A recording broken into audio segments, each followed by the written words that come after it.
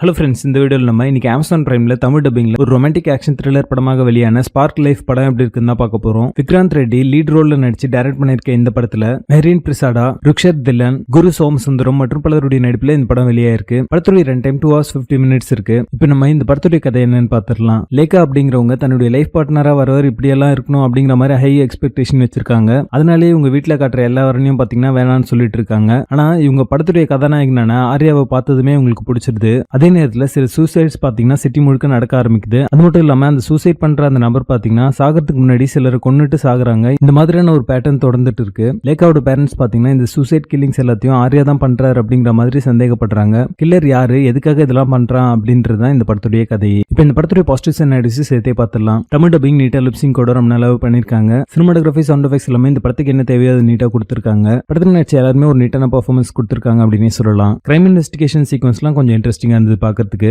கில்லரோட motive என்ன அப்படிங்கறது அவங்க ரிவீல் பண்ணதுக்கு அப்புறம் பாத்தீங்கன்னா அது பெருசா இம்பாக்ட்ஃபுல்லா இல்ல அப்படின்றதா உண்மை. இந்த படத்துல காட்டப்பட்ட அந்த லவ் போர்ஷன் எல்லாமே கிரிஞ்ச் வார்த்தையா இருக்கு. இந்த படத்துடைய ஜானர் என்ன அப்படின்றத கண்டுபிடிக்கிறவங்க லைஃப் டைம் செட்டில்மெண்ட் பா அப்படின்னு சொல்ற மாதிரி இது ஒரு ரொமான்டிக் டிராமாவா இல்ல மர்டர் மிஸ்ட்ரியா இல்ல ஒரு காமெடி படமா இல்ல த்ரில்லரா அப்படிங்கிற ஒரு கன்ஃபியூஷன் பாத்தீங்கன்னா இந்த படம் பார்த்து முடிச்சதுக்கு அப்புறம் நம்மளுக்கே இருக்கும். ஏன்னா இந்த எலிமெண்ட்ஸ் எல்லாத்தையும் சேர்த்து வச்சு ஒரு படம் எடுக்கணும்னு நினைச்சு கடைசியில பாத்தீங்கன்னா எந்த ஜானருக்குமே அவங்க ட்ரூவா இல்லாத மாதிரியான ஒரு ப்ராடக்ட் தான் வந்திருக்கு. கதைக்களம் நம்ம பார்த்து பழக்கப்பட்ட ஒரு கதைக்களம் தான், புதுசா எந்த ஒரு விஷயமே இந்த படத்துல இல்ல. இந்த படத்துல ஒரு அன்வான்டட் சீக்வன்ஸ் எல்லாத்தையும் ட்ரிம் பண்ணியிருந்தாங்கன்னா இந்த படத்துடைய பேசிங் இன்னும் பெட்டரா இருந்திருக்கும். டைகர் 3, கிச்சடி 2, சப்தசாகர் தாச்சே, எல்லோ சைட் பி மாதிரியான படங்களை கம்பைன் பண்ணி நீங்க பார்க்கணும்னு நினைச்சீங்கன்னா இந்த படத்தை பாருங்க. கேரக்டர் ஆர்க் அண்ட் டெவலப்மெண்ட் பெருசா பண்ணல, சோ எந்த கேரக்டர்ஸுமே நமக்கு கனெக்ட் ஆகல. இந்த படத்தை ஹோல்ட் பண்ற மாதிரியான ஒரு நல்ல கான்ஃபிளிக் மிஸ்ஸிங்கா தான் இருக்கு. படத்துடைய பேசிங் ஆவரேஜா இருக்கும். மொத்தத்தில் இந்த படம் ஒரு below average romantic action thriller comedy படமாக வந்திருக்கு. படத்துல அடல்ட் கண்டென்ட் எதுவும் இல்லை. இந்த படத்தை நீங்க ஃபேமிலியோட பார்க்கலாம். ஸ்பார்க் லைஃப் படத்துக்கு எங்களோட ரேட்டிங் 4 out of 10.